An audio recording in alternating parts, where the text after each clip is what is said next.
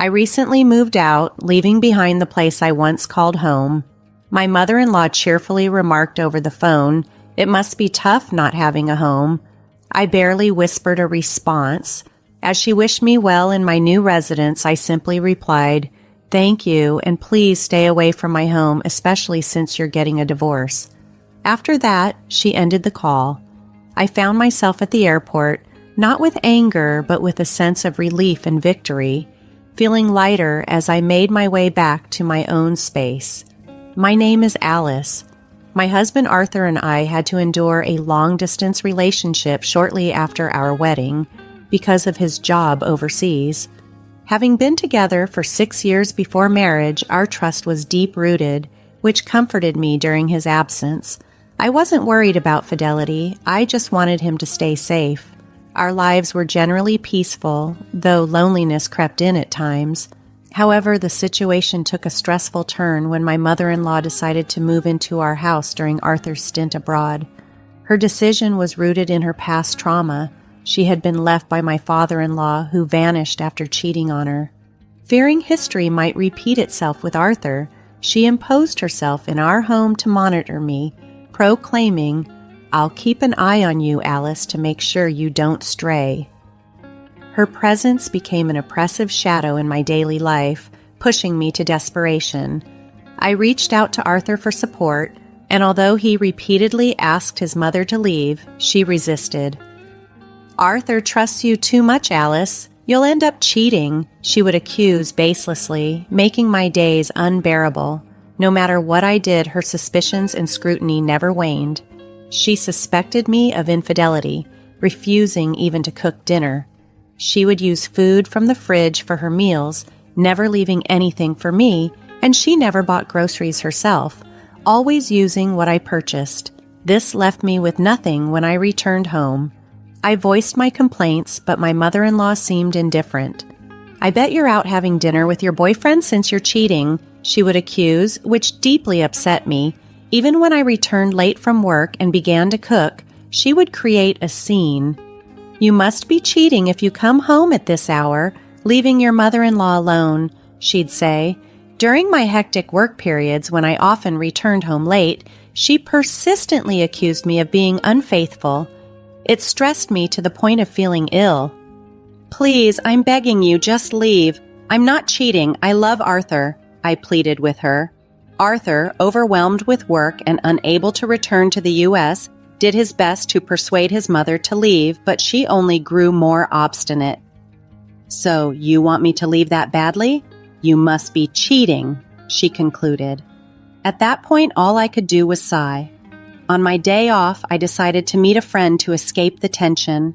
Predictably, my mother-in-law accused me of cheating again and attempted to follow me in a rather clumsy surveillance effort.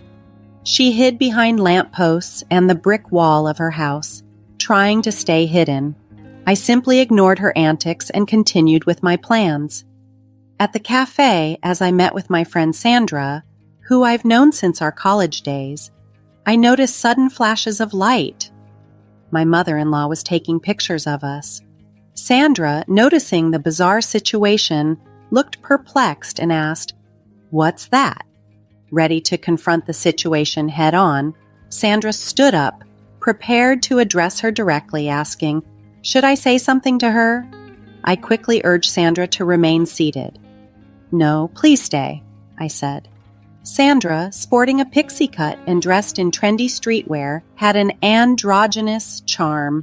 I half joked that my mother-in-law might have mistaken her for a man, which sent Sandra into peals of laughter. Finding humor in the absurdity, Sandra leaned in and pretended to hold my hand, further teasing my mother-in-law. Each time she snapped a photo, her excitement was palpable, and her nostrils flared as if she'd discovered something scandalous. It was so ludicrous that I joined Sandra in laughter. The whole ordeal turned into a comedic spectacle. After enduring my mother-in-law's antics, I felt a wave of relief and went shopping with Sandra. We enjoyed our time until we parted ways. Predictably, my mother-in-law tailed me on the way home, ducking behind lampposts and walls, much like before. Sometimes I amused myself by playing a brief game of red light, green light with her, watching her scurry to hide each time. It was amusing to engage in her bizarre game, thinking how foolish it was for her to believe I hadn't noticed her following me. When I arrived home and began to remove my shoes, she approached me, flushed with excitement. Holding up a disposable camera, she exclaimed, "Alice, I finally caught proof of your cheating. I'm going to send these to Arthur, so get ready." "Oh, really? Good luck with that," I responded nonchalantly, which she didn't appreciate. She spent the rest of the time buzzing around me like an annoyed child. "Are you okay with this? It's proof of cheating. Your face and his are clear in the photos," she insisted, believing she had irrefutable evidence. I responded calmly each time, "That's fine."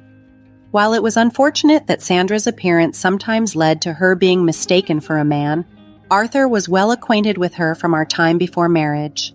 Therefore, even if my mother-in-law sent a photo of me with Sandra to Arthur, he would easily recognize her just as a friend. Despite my mother-in-law's ludicrous antics, I had to embark on a business trip overseas. It was disappointing not to see Arthur since he was in another country, but the trip was necessary. I informed my mother-in-law about my upcoming travel without seeking her input. To her, however, my business trip seemed like a romantic excursion. As I prepared to leave, she smirked and remarked, "It'll be a big problem if you come back pregnant from your romantic getaway.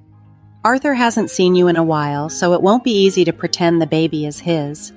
Her unsavory thoughts made arguing futile. I casually brushed off her comment, "Yeah, it's just a business trip, not a romantic getaway," and departed. The trip proved hectic and the days flew by. When I finally returned to the U.S., I was utterly exhausted, and so was my boss who had traveled with me. Before heading home, I planned to pick up some duty-free sweets and took a moment to rest on a bench. Just then, my phone rang. It was Sandra, and she had surprising news. "Hey, Alice, welcome back. There's something I need to tell you. Your mother-in-law showed up at the company where I work." Hearing that was startling. Sandra's family's company wasn't the kind of place just anyone visits. Learning that my mother-in-law had visited Sandra's workplace frustrated me. Sandra shared how she dealt with the situation and wondered if she had gone too far. I assured her with a laugh, "No, I think it was just right," and after wrapping up our call, I was ready to head out when my phone rang again. This time it was my mother-in-law. "Alice, you should be back from your trip now. Did you enjoy your affair trip?" she asked mockingly. I corrected her. "It wasn't an affair trip, and I didn't particularly enjoy it because it was for work." "Well, I've already sent Arthur the evidence photos," she replied smugly. I responded with a disinterested, which seemed to satisfy her despite my lack of reaction. She continued, oblivious to my disinterest. "Actually, I moved so your house is no longer there. I sold the old house, so you must be struggling without a place to go back to, but hang in there," she said cheerfully. I replied with a flat, as she laughed. "Enjoy your life in your new house, thank you, and please never come back to our house. After all, you're going to be divorced soon." After she hung up, I lingered in the airport momentarily, but then began to feel a sense of relief. There wasn't anger in my heart, but rather a sense of triumph. I allowed myself a small fist pump and started my journey home with a lighter step. Of course, I was returning to the house my mother-in-law claimed to have sold. Maybe she had even taken out some of the furniture, but whatever was missing, I took it as a parting gift. Despite her claims and antics, the situation seemed less burdensome now, and I was ready to move on with a lighter heart. I immediately called a locksmith to change the front door lock, making sure my mother-in-law couldn't re-enter the house. Once that was taken care of, I sprawled out in the living room, relishing the newfound freedom that came with having the space all to myself. In a burst of joy, I pumped my fist in the air and shouted, "I did it!" The following day, my phone rang. It was my mother-in-law. Her voice was flustered and shaky as she spoke. "Alice, something's gone wrong." I couldn't help but ask with a touch of sarcasm, "What's wrong?" "I thought I sold the house, but it turns out I didn't. I borrowed money without realizing it, and now debt collectors are coming. "It's scary," she stammered. "That sounds terrifying," I replied, a hint of real concern creeping into my voice. It turned out that the company she had mistakenly visited, thinking it was Sandra's parents' place, was a shady business masquerading as a real estate firm but involved in loan sharking. Sandra had told me they repeatedly warned that the house couldn't be sold. The house was in Arthur's name, so she couldn't have sold it independently. After facing rejection from several real estate agencies, in her desperation, she ended up at the company owned by Sandra's parents. There, they had her sign a promissory note without her fully understanding the consequences. The document bound her to a massive debt with a daunting repayment schedule of $1,500 per day. She managed to scrape together enough to fend off the debt collectors for the day, but she was out of options for continuing the payments. In tears, she came to me, pleading, "Please, Alice, you have to help me. The debt collectors have been relentless." Since dawn, my mother-in-law had been facing relentless visits from debt collectors at her door. "It's terrifying. I can't sleep well and I don't have much money left.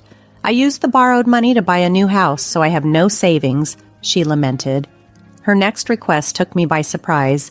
"Could you please transfer $21,000 to my account every week until I've paid off the debt?" But then she questioned the feasibility of her solution. "Honestly, do you think there will ever be a day when we can pay off this company's debt? Even if we combine my income with Arthur's, it's impossible to come up with that much money every week." I replied sympathetically but firmly, "I'm sorry, but your only option is to work hard and earn it yourself. Isn't there a job out there where you can make $1,500 every day?" Half jokingly, I suggested, "Why not try talking to the company you borrowed money from? Maybe they can help you find a good job." Confused but hopeful, my mother-in-law responded, "Really? Then I'll go and see," and hurriedly hung up. I sighed to myself, realizing there was no stopping her now.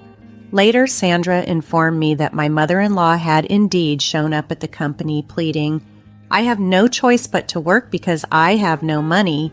Is there a simple and easy job where I can earn more than $1,500 a day?" Sandra and her team managed to find a job for her, but it was far from what she had hoped for. The company was a harsh place where many employees lived in run-down shacks serving as dormitories. Here, workers toiled day and night, engaged in physically demanding labor. Even elderly workers were pushed to their limits. My mother-in-law found herself working to the brink of exhaustion. The workplace's dormitories were enclosed with barbed wire, giving the place the grim appearance of a prison. Employees were blindfolded and transported to and from work in vans, which kept them unaware of their location. "She'll be free once she can pay off the debt if that day ever comes," Sandra remarked with a wry smile. Despite being a dear friend, I couldn't help feeling a bit frightened for my mother-in-law under such conditions. Several weeks later, after my mother-in-law had vanished into her new grim routine, Arthur's overseas assignment concluded, and he returned home. I filled him in on everything that had transpired. Arthur simply responded, "There's nothing we can do about my mom. All we can do is wish her well from a distance." It was evident that Arthur had never really been close with his mother. While he had tolerated her out of familial duty, her constant suspicions and meddling, especially towards me, his wife, had exhausted his patience. When I queried Arthur about the supposed evidence photos of my infidelity, he seemed almost forgetful, casually retrieving a photo from his bag. "That's Sandra, right? I have no idea why my mom would think this is proof of infidelity. I had a big argument with her on the phone. I told her I'd cut ties since she kept suspecting you, Alice, but she wouldn't listen." He shrugged, frustrated yet somewhat amused by the absurdity. I thought this was a good picture, so I brought it home. Indeed, my mother-in-law might have had an unintended talent for photography. The photo she took of Sandra and me, with beautiful scenery in the background, had a certain artistic flair, almost like a page from a stylish photo album. It was amusing how Sandra was playfully making a peace sign behind her back in the photo, just so like her. We owe Sandra a lot for her help during this ordeal. We should visit her properly sometime soon. Just be careful not to sign any documents she might try to give you, I joked with Arthur. Laughing, he replied, I'll never sign anything from Sandra. It felt good to share a light moment after everything that had happened. Finally, Arthur and I were able to settle into our lives as a newly freed couple. We had no further news of my mother-in-law after she disappeared into her new job. She was probably still working hard somewhere in the States. We could have inquired through Sandra about her whereabouts, but neither of us was inclined to track her down. Arthur and I continued to live happily, our lives evolving beautifully as we welcomed our first child. These days were truly blissful, filled with the joy and peace that came from just being together.